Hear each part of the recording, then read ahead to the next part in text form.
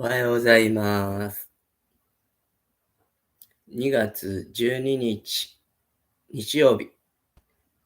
仏滅ですね、今日は。日曜日の朝8時です。まだお休みの方も多いかなと思いますが、うちも今起き出して、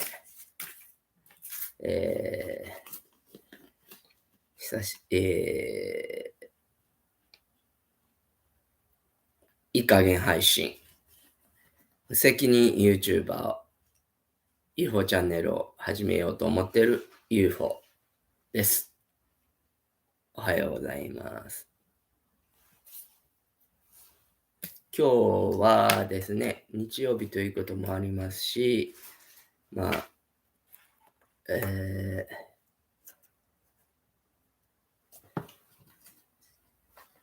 このところ、ずっと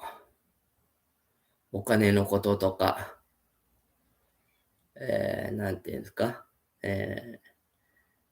大冗談に、物を言ったりとか、妄想も炸裂させておりまして、その続きっていうんですかね、ちょっとまとまった感じのお話をしようと思ってるので、ちょっと時間が長くなるかもしれません。で、言葉をめぐるお話になると思うんで、ちょっとややこしい、かもしれないんで、その辺は、適当に聞き流してもらえばいいかと思います。昨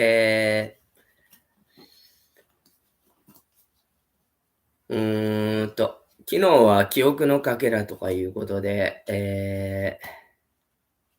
単純なパーツがこう、組み合わさって、複雑な、全く別のストーリーとか、模様を描く記憶とか、なんていうんですかね、点と点がこう重なっていく、つながっていく要素を言いましたけど、ネットだと、アルゴリズムっていうのがあるんですよ。おもちゃでもあるんですけど、アルゴっていう。それ、詳しいことは全然わかんないんですけど、その計算の方法みたいなのがあって、それに基づいて、なんていうんですか、オンとオフが切り替わっていくんですけど、この YouTube とかでも皆さん経験あると思うけど、一度自分の興味あることに開くと、次々関連して、どんどん続いて、ありますよね。広告とかでもそうですけど、自分に関心のある領域の情報がどんどん入ってきますけど、それってコンピューターが別に監視していて、そうなってるわけではなくて、単純に計算でなっているんですが、私もこの YouTube に時々、だいたいネットは、波があって、すごくハマるときと、そうでないときとあるんですよ。今までの経験で。もう、調子が悪くなり始めて、メンタルな調子が悪くなり始めた頃に、ちょうどパソコンとか入ったんで、30年ぐらいなのかな。それぐらいのことです。仕組みとか、テクノロジーのことには全然音痴なんですけど、ガチ文系なので、でもまあ、遊びの、今、子供たちゲームに夢中になりますけど、私も、読書とか映画とか、その延長で、ネットを遊んでるだけのことなんですけど、で、どんどん掲示板だの、Facebook だの、ついに YouTube になりましたし、今度、ノートっていう、LINE もそうですけど、またノートっていうのもあるんですよね。そこでなんか、いろんな創作活動も展開できるみたいで、自分の昨日紹介した小説なんかもそこへ出すといいかなと思って、さっきちらっとこのどんな感じか見て、ここなら面白そうと思ったんですが、そういうこともそうですし、YouTube を始めたことで、YouTuber になって、UFO チャンネルを始めたことで、また YouTube のいろんな、つながりで、私が、シャンタンより前に、勝手に私塾っていうんですか、師匠だと思ってた河合駿先生の、講義の、録音とか録画とか、そういうものがどんどん出てきて、昨日、兄弟を、最後の最終講義ですね、NHK の番組かなんかだと思うんですけど、それが前に何回か見たことあるんですけど、また出てきてて、それの、題がコンステレーションっていう、晩年に、よく言っておられた、星座っていう意味らしいんですけど、コンステレーション。コンっていうのが、共通なつながるとかいうことです。ステラが星なんで、星座ってことになるみたいなんですね。で、それについて話しておられました。僕が小さい頃に、前話したかもしれませんが、夜寝るとき、あれ幼稚園の頃だったかな、保育園、ぐらいまでは、必ずこのお父ちゃんお母ちゃん妹とか、隣近所の人とか、子供の関係の中での配置というか人間関係を星にこうなぞらえ、星座をイメージして寝るっていう、それは本当に星が見えるんですけど、それも必ずしないと寝れなかったんですよね。そうやって寝るようにしてた。それが見えると安心して眠りに入っていけるっていうことやってたんですけど、それはコンステレーションだと思うんですけど、このコンステレ河合先生がこの、自分の、仕事の最後にこのコンステレーションを持ってきたっていうのは、その臨床心理士の長い、経験の中から、因果率ってわかりますか？原因があって結果があるっていう、こう、わかりやすい、因果は巡る糸車って、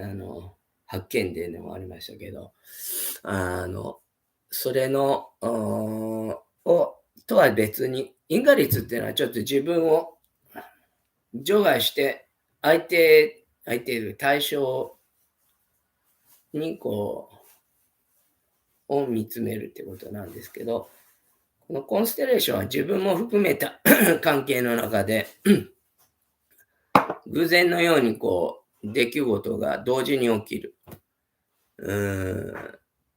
そこに自分も含めた意味を見出すと、それで、納得できるっていう。それは、自分がなんか操作するとかではなくて、その、臨床心理の場に来た、クライアントの人が自分での話をじっと聞いてることで展開していくっていうことだった。それはユングの心理学のをもとに、そういうふうに、されたんですね。で、河合先生のそのことに関して言うと、河合先生は京大を卒業されて、えっと、天理の高校で教えておられたんですよ。で、また、数学の先生だったんだけど、生徒の話を聞くうちに、相談とか受けて、で、心理学の方へ行って、全くこういうスピリチュアルな関係みたいなことは全然分かってなかったんですが、精神世界のことはね。で、ロールシャッハのことでアメリカへ留学されて、30歳になったぐらいかな。で、ユングの研究所へ行って、それで日本で初めてユング派の、資格を得て、また戻ってきて、で、天理で教えておられて、で、そこからまた京大へ戻られて、で、その最終講義でこれをされて、から日本なんて言うんだったっけな。ちょっと忘れたけど、今も続いている研究所の所長されたりとか、から、小泉、さんの総理大臣の時に、文化庁の長官を2回ぐらいされて、その激務の中で、体調崩されて、最後、天理の憩いの家病院で亡くなられたんですね。で、亡くなられたあたりの時に私、天理にいたんですよ。あれ、今頃じゃなかったかと思って忘れましたけど、そんな、関係もあって。で、私が、河合先生と初めて会ったのは、もちろん、直接ではないですよ。本を通じて会ったんですけど、大学で、人生に迷ったね。大学は結構いい大学入って、前途洋々ってみんなに思われてたんですけど、大学のオリエンテーションの時に、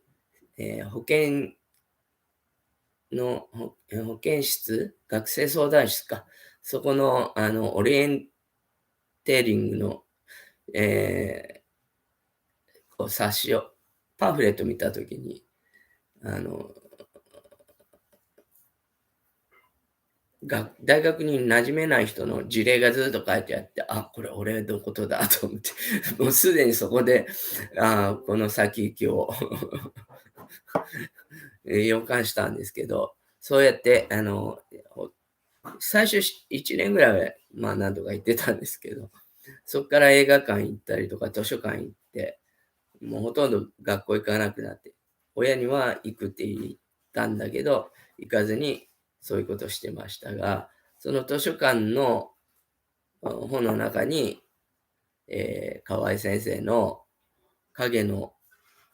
現象学っていう初期の本があって、それを読んだ時に、本当になんか、ああと思ったんですよ。それからもう追っかけですね、本のね。で、ユングの、日本ユングクラブって会員になったりとか、京都まで、話を聞きに行ったりとか、先生がフルート吹いてるのを聞いたりとか、握手したこともあったかな。話したことはないと思いますけど、丹波篠山の方で、お兄さんは猿楽の有名な河合正夫先生なんですよね。他にも兄弟いっぱいおられて、息子さん、今、え兄弟の、日本心研究所だったかな。そんなところの所長さんやられてる、もう学者の一族ですね。の方なんですよ。私、大学行かなくて、結局バレエ親にいずれ分かりますよね。大学から連絡行くから。で、そこで、どうするかってことになって、もう、迷ってた時に、地元に、あの、地元っていうか、母の、実家の近くに不動の滝って言ってあるんです。そこに、滝に打たれて、不動明王が権限したっていう、それは神道の関係の方なんですけど、河合ひふみさんで123って書く、霊能者っていうのかな。なんかなくし物があったら聞きに行くと本読んだり、誕生日とか、暦をよく使っておられましたけど、そういうおじいさんがいて、そこでかなり長いこと、居候させてもらって、僕は全然料理なんて作れないのに、作って、美味しくもないと思うんですけど、美味しい美味しいって言って、ありがとう、ありがとうって言って、すごい優しいおじさんで、大事にしてもらって、そこで絵も描いたりとか、え結構お世話になったんですけど、その可愛いだったんですよ。で、よく話をするうちの母と残った8人兄弟の2人だけのになった、おばも、そう、河合っていうところに住んでるんですよ。で、シャンタンと出会ってきっかけになった西天月店もその近くにあって可愛いですね。で可愛いって言うんですよ。で、シャンタンとその西天月店で最初に、イベントやった時に私、主催をしたんですけど、その時にコラボだったんですね。で、えシャンタンともう一人、酒井陽一さんっていう、映画バイヤーで、古代史ハンターの方がいて、その方が、エナに来られて、で、それはその前に話したかな。東京で、会って、その人の話を聞いたときに、もうすごくよく分かって、ホツマツタエっていう、日本の古事記より古い、書物があって、それについて話されたことがあって、それに、あちひこさんっていうのが出てくるんですね。思いの鐘っていう、アマテルの家臣だった人らしいんですけど、その人が、エナの向こうに、あち村っていうのがあって、そこにあち神社、あち大社、なんだったかな、あち大社、あち神社だったよな、あるんですよ。その、発松隊の、うん、名前がそのまま使われてるんだよって言って教えてもらって、そこで初めて、合流して、回ったことあるんですけど、そこにあるあちひこさんのお墓は、河合の三捧っていう、河合の御陵っていうんだかな。それも河合でした。だから言葉で、もう20分になっちゃうな。そんなことでね、不思議な、名前のつながりっていうのはあるんですよね。話し始めるとキリがなくなっちゃうんで、この辺でやめますけど、そういうことで、ちょっと調べたんですけど、ユングは共時性の一致っていうことがあって、その偶然に起きる2つのことの関連を因果律でなく、その意味を見出す教授性の一致っていうのを、シンクロニシティですよね。今、誰もは、わけも分からずシンクロしたって言いますけど、そういうことの他に、セレンディピティっていうのもあるんですよ。これは、素敵な偶然に出会ったり、予想外のものを発見すること。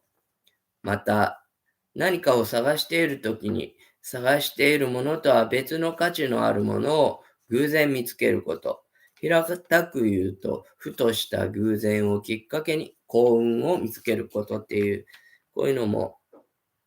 ありますし、アナロジーっていうのはちょっと学術的な用語なんですけど、ある事柄をもとに他の事柄を推し量ったり、推し量って考えること。特に論理学での、論理学で、え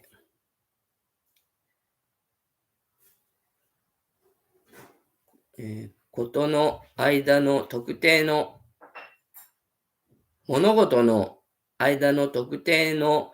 類似点から他の点での類似性を推論すること。もう一個、生物学で一種の個体間で器官の形態、機能が類似すること。例えば、鳥の羽と蝶の羽とか、そういう研究の方法ですね。で、最後に言語学で、類推による表現。私がいつもやってる、親父ギャグみたいな、このアナロジーだと思います。そういうわけで今日は、ずいぶん超過しましたけど、もっと言いたいこといっぱいあったんですけどね、足立についてもね、えーえー僕は頭でかちであれなんですけど、足立っていうのは足で立つっていうことで、まあいいな、あんまりおしゃれな名前ではないですけど、あんまり好きではなかったんだけど、そう思ってみるとすごい名前だなと思って。うちのかみさんの方は土井ですからね、もうそれもすごい名前だなと思って。井っていうのもすごいんですよ。見合いの井とか、大井の井とか、岐阜も井の口って言ったんで、井っていうのはすごい、井戸の井ですね。すごい名前だと思います。これが、すごいいいっていうのは、こう、横に2つ、縦に2つって、日本線がね、これはすごい、言葉だと思いますね。そんな話をさせてもらいました。分かったかわからないと思いますが、私も言い足りない気持ちがいっぱいありますけど、UFO っていうことで、星だ、コンステレーションは来てますね。そういうわけで、今日は晴れる。明日ちょっと下り坂らしいんで、今日一日、ゆっくりお過ごしください。Have a nice day. Goodbye. UFO チャンネルお願いします。